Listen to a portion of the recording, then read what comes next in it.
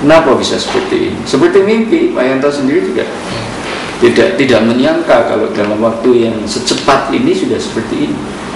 Ya, itu anugerahnya Allah, rahmat Allah saya katakan itu. Tetapi juga tidak terlepas kerja keras, ya kan. Saya bersama kawan-kawan yang ada di sini, nggak mungkin kalau nggak kerja keras.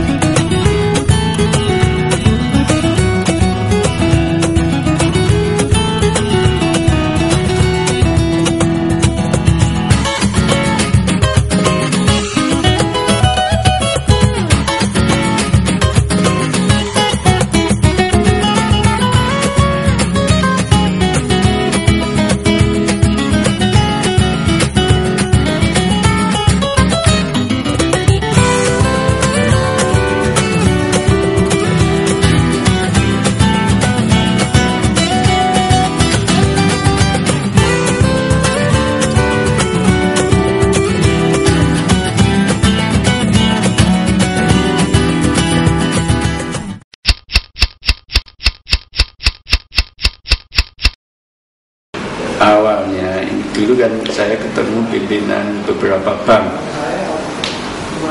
Pimpinan itu mengatakan bahwa mencari tenaga IT itu sulit sekali. Nah dari situ, padahal kita itu sangat butuh, karena pendidikan yang ada saat ini kok belum memuaskan kami. Akhirnya dari situlah saya tercetus ide bagaimana kalau saya mendirikan perguruan tinggi ini, Amikom ini.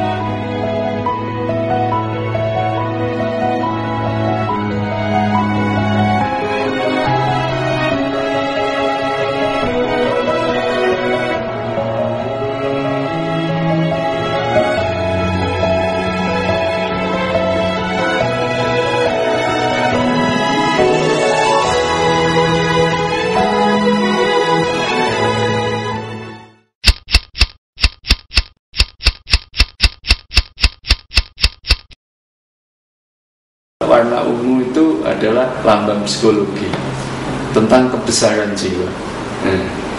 Ungu itu kalau bahasa keraton, wungu itu artinya bangun. Jadi maka Amikom selalu bangun gitu. Tapi baru saja tahunya ya. Dulu juga nggak tahu. Dulu hanya itu sesuatu yang berbeda dengan yang lain. Tapi sekarang tahunya wungu itu adalah bangun. Jadi Amikom selalu bangun terus.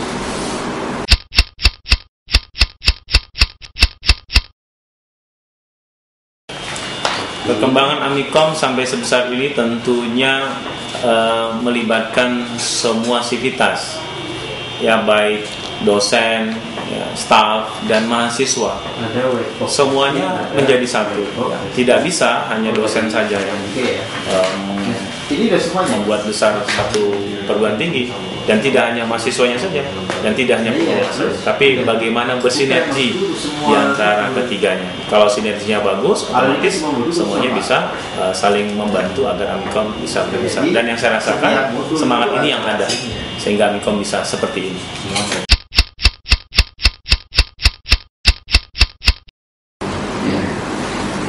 Mahasiswa yang masuk di Amikom, mahasiswa yang di mana-mana nggak diterima ketika itu.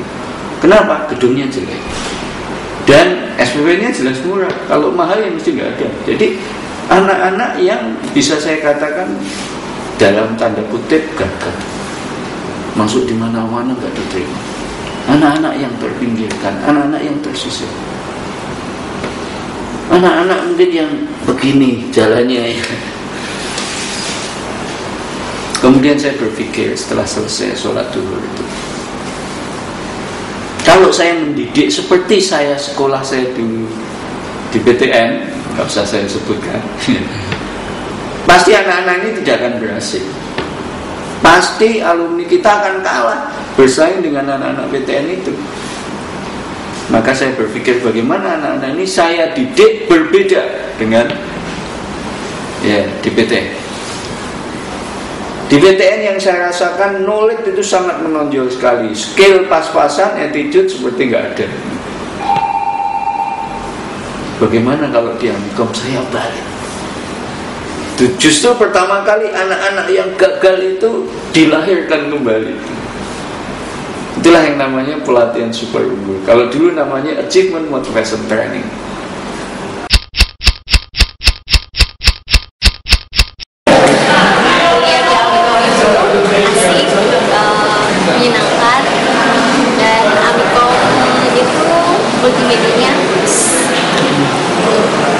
Pertama, Amikom menggunakan teknologi yang bagus ya, fasilitasnya lengkap. Saya kan D3 transfer, S1 transfer. Nah, saya pernah kuliah di negeri. Jika dibandingkan dengan Amikom, fasilitasnya lebih bagus.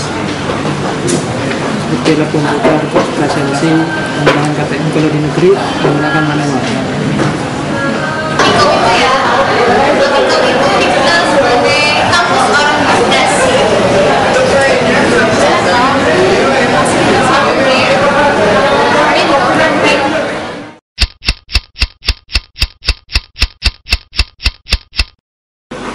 Setelah dikasih PSU kan anak-anak ternyata apa yang dirasakan? Yang Anda rasakan apa setelah PSU? Pendirian semangat. Ya, semangat, percaya diri kan. Nah, anak-anak percaya diri. Terus dikasih ya kan? Supaya tetap menjaga kepercayaan diri anak-anak yang gagal tadi. Akhirnya dari situlah muncul tempat kuliah orang cerdas.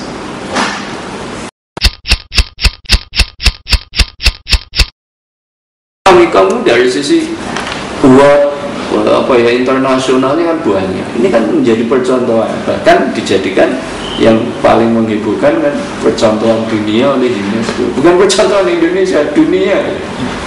Dan yang pakai tidak main-main, badan dunia PBB namanya UNESCO. Nggak main-main. Dan di Indonesia cuma satu coba, Amikom saja yang dipakai.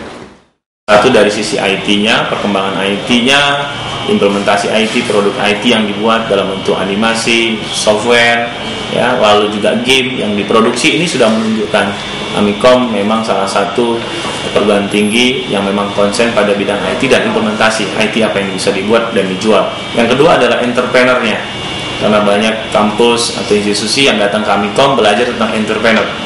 Jadi beberapa dosen juga sepakat dan pengelola juga sepakat bahwa keunggulan kita di situ IT dan entrepreneur.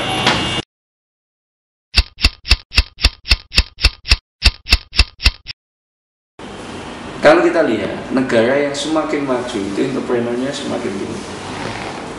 Misalnya Korea itu 5% dari penduduknya.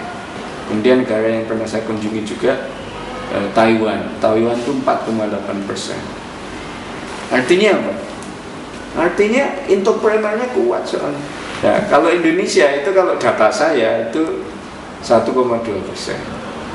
Nah, datanya Pak Ciputra 0,18%, sangat kecil sekali. Apalagi kalau dikaitkan dengan agama. Rasul itu menyuruh kita berdagang. Istilahnya entrepreneur kan. Daripada menjadi pegawai. Rezekinya seorang berdagang itu 90%, pegawai itu hanya 10%. Nah, jadi artinya entrepreneur itu betapa penting. Meskipun Anda menjadi seorang profesional, tapi kalau jiwamu entrepreneur, itu luar biasa. Jadi inti entrepreneur itu kan sebetulnya kan, setiap ada perubahan lingkungan, dia menanggapinya dengan kreatif dan inovatif. Karena kalau itu yang dilakukan, yang tercipta peluang. Tapi kalau yang nanggapinnya apa-apa itu negatif, yang terdapat namanya ancaman, bukan peluang. Nah, ini yang kepingin kita ajarkan kepada Anda itu. Ya kan? Jadi bagaimana setiap opo sing elek, sing apik tanggapi dengan positif. Karena akan menimbulkan peluang untukmu. Tetapi kalau Anda tanggapi dengan negatif, ancaman yang akan terdapat.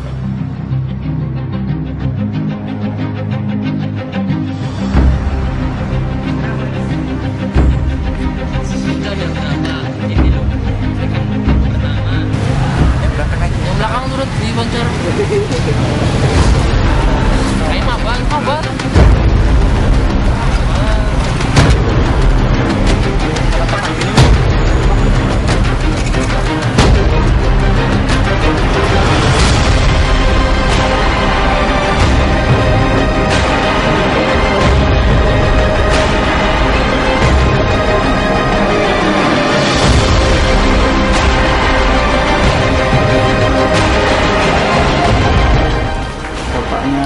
Tolong lihat kamera Lihat sini aja. Kadang-kadang lebih asik kalau tidak lihat langsung. Asik. Saya nggak tahu. Ini yang kalau di dalam kamera itu kan syuting itu kan kalau dari itu kan dari kita dari yang berat. Dan biasanya teknik syuting malah modelnya